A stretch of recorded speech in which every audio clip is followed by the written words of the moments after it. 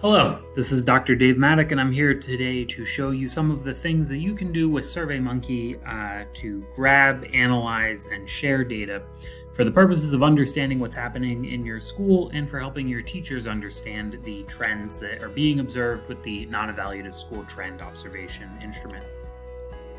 So from ClassLink, I'm going to click on SurveyMonkey. If you have never done this before, on your very first time, it will take you to a page where you have to create an account. All you need to do is click the Create New Account button, click the checkbox, and then click Create New Account again, and that will make you an account with an Active Directory. Once you've done that, just send me an email to let me know that you have an account, and I can add you to the Non-Evaluative School Trend Work Group.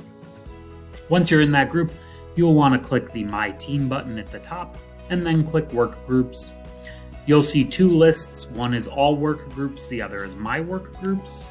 Click My Work Groups and then find the Non-Evaluative School Trend Observations Work Group. From here, click the Surveys button, and now you'll see the Non-Evaluative School Trend Instrument 2021-2022, and I'm going to click this bar graph button right over here to take me into analysis mode. Once analysis mode has loaded up, you will see a summary of all of the data in the district, and you'll also see any filters that people have been working with. An active filter will have a green check mark right here. Let's turn this filter on. It'll get a green check mark, and an inactive filter will have a gray do not cross sign. You can click on a filter to turn it on or turn it off. You can also delete a filter by clicking the drop down and then hitting delete rule, and then it will disappear. Now, if there is a filter that let's say has a piece of information that you want but is different than what you want, for example, this filter is showing district resource teachers, you can click the ellipsis and hit edit rule. It'll take you right there. Now I can change this from district resource teachers to site-based administrators.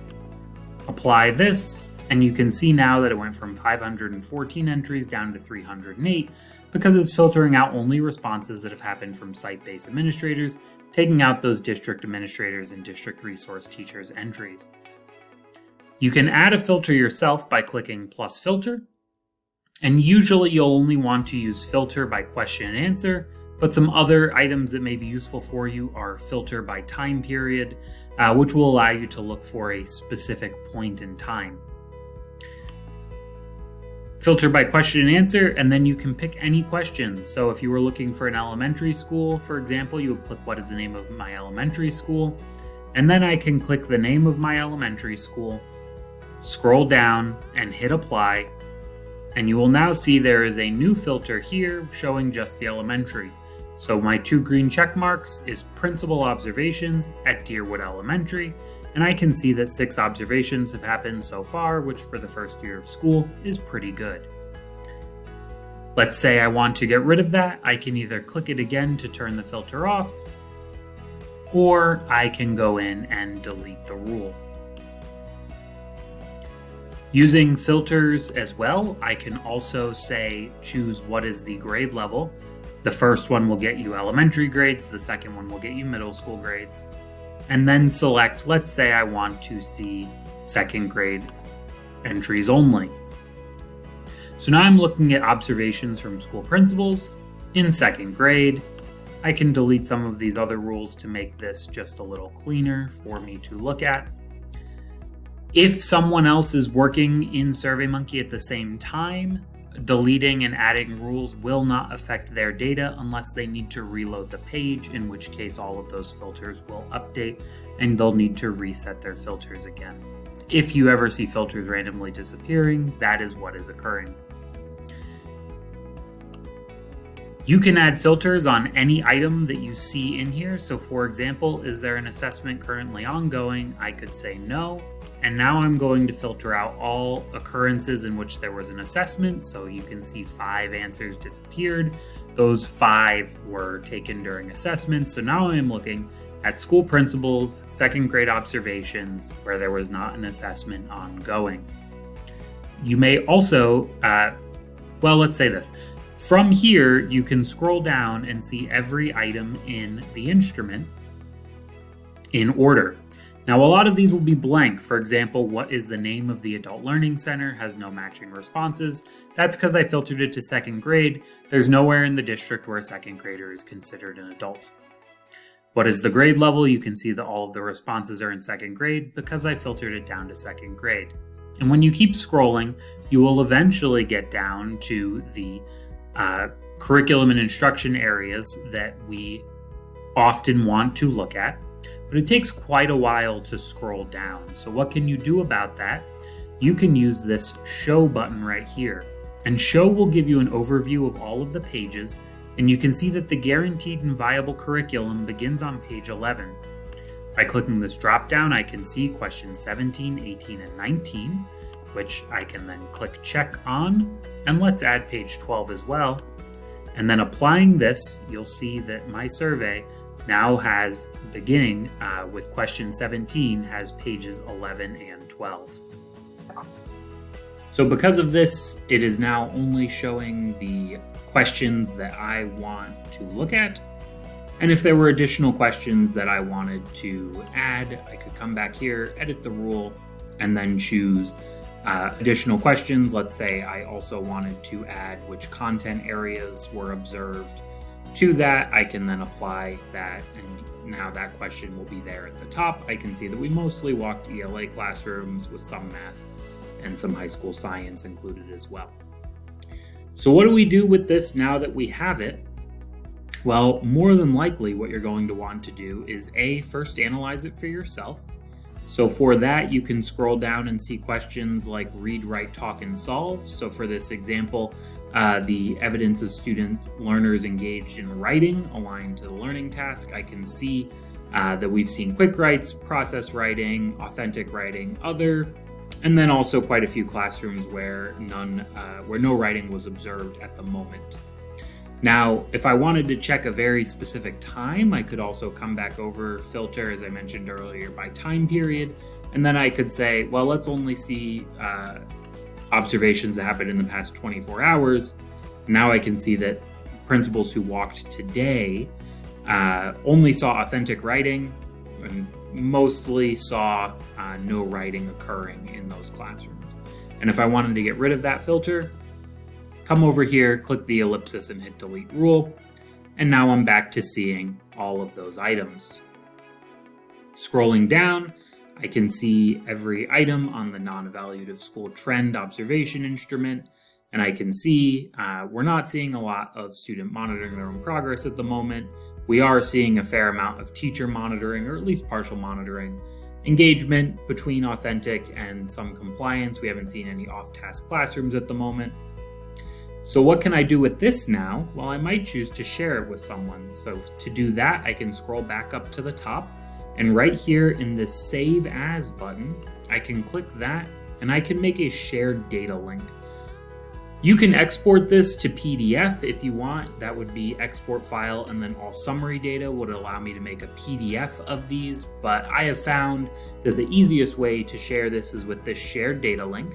So clicking that, you will see that it will automatically pop up a new shared data page, and this will be filtered down to the exact pieces of data that I set those filters for.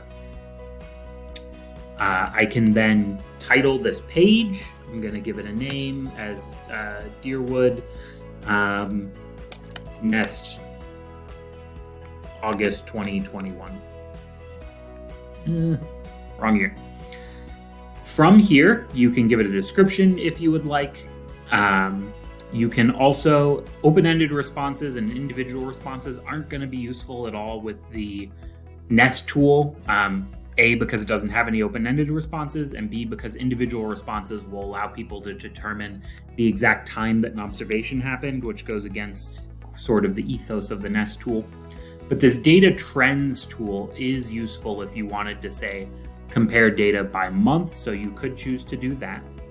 I would also encourage you to click this check mark for turning on the SSO. This prevents anyone from taking that link that you send them and sharing it with, say, students or parents. you would need to have a Osceola email with a SurveyMonkey account in order to view the data that is being sent. And if you don't have it, when you open the link, it'll just prompt you to make your employee account. You can also click here to add a password if you wanted to add a password to the file. And then doing this, you can then click Get Link, and it will make a link for you. I can customize it to say research.net if I want instead of SurveyMonkey. And then you have this link that you can copy and share with anyone. Remember to click Save. And you can see that it's showing the exact questions that I filtered it down to. It's going to reload really quickly because it's got this new link here, and I can copy that and share it with anyone that I would like to. You can also add comments on any of these items. So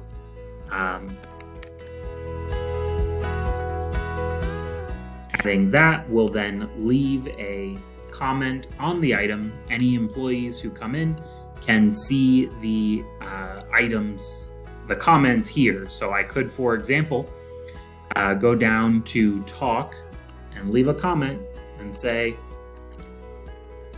why are we not seeing discourse between students in our classrooms? And anyone that I share this link with can then see those comments and come back in and comment back to me as well. So this can be very useful for having discourse around your items. And anyone you share the link with will be able to see the comments that everyone else leaves. I'm going to go ahead and close the shareable link. If you're ever looking for that, it's this little shared icon right over here. You can see these shared links. This is why it's really important to name your page when you make it, because when you open it up, you want to be able to see what that information is. I would also encourage you, when you're making a shared link, I would just recommend the show filter that you leave, if you're an elementary school, leave the name of the elementary school item. If you're a middle school, I would just recommend leaving one of those items when you apply. The reason for that is that if someone else is in the instrument at the same time as you, and they are updating the rules while you are, when you go to make that shared data link, it may cause the data to adjust to the new filters. So I would recommend leaving this item on just so you can make sure that if you're at one school, all of the responses are coming from your school and you're not pulling in someone else's data. If I want to get rid of one of those shows, I can delete that rule, or I can just click it to turn it off. You see that green check mark turns into the gray off icon. And now I'm only looking at the site-based administrators in second grade where classrooms were not assessments. So one other thing that you can check is this insights and data trends. This is not so useful right now in the first week of school, but the trend items are useful once we get a few months into the school year and these by day trends turn into monthly trends. You'll see that when we can right now trend by hours or days, but eventually we'll be able to trade by months and quarters.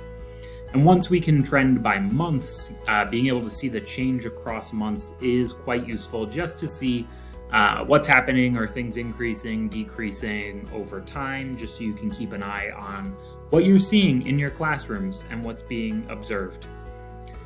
And of course, the present results section is available for you as well. You can set up dashboards for items that you very much care about, but I will have a future video coming where I will explain how to use that. Right now, we're mostly just going to stick in the Analyze section and use that Save As Shared Data link to share out the data when we need. So if you have any questions about any of that, feel free to reach out to me, david.maddock@osceolaschools.net, and I'd be more than happy to assist you. Hopefully you're finding some utility with the Non-Evaluative School Trend instrument, and let me know if you have any questions. Thank you.